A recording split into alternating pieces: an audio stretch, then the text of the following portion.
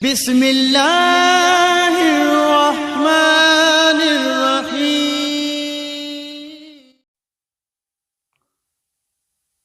رسول اللہ صلی اللہ تعالی علیہ وسلم نے بنی اسرائیل کے ایک جریج نامی ولی اللہ کا واقعہ اور قصہ ذکر فرمایا۔ چنانچہ آپ صلی اللہ تعالی علیہ وسلم نے ارشاد فرمایا، بنی اسرائیل میں ایک جریج نامی نیک شخص تھا جو اپنے عبادت خانے میں رہ کر محو عبادت رہتا تھا۔ ایک بکریاں چرانے والی خاتون اس عبادت خانے کے قریب بکریاں چراتی تھی۔ وہ ایک دن آئی اور اس نے اس جریج نامی نیک شخص سے اپنی بری خواہش کا مطالبہ کیا تو اس نے انکار کر دیا۔ وہ بکریاں چرانے والی خاتون چلی گئی اور اس نے ایک چرواہے کے ساتھ بدکاری کی جس سے وہ حاملہ ہو گئی۔ بالآخر بچہ پیدا ہوا۔ لوگوں نے پوچھا کہ یہ بچہ کہاں سے لائی ہو اور کس کا بچہ ہے؟ تو اس نے کہا کہ یہ جریج کا بچہ ہے۔ تو لوگ مل کر جریج کے عبادت خانے کے پاس آئے اور اسے باہر سے آوازیں دی، لیکن وہ اپنی عبادت میں مصروف رہا۔ لوگوں نے کدالوں اور پھاوڑوں سے اس کے عبادت خانے کو گرانا شروع کر دیا۔ جب اس نے عبادت خانے کے گرانے کی آوازیں سنی تو وہ باہر نکلا۔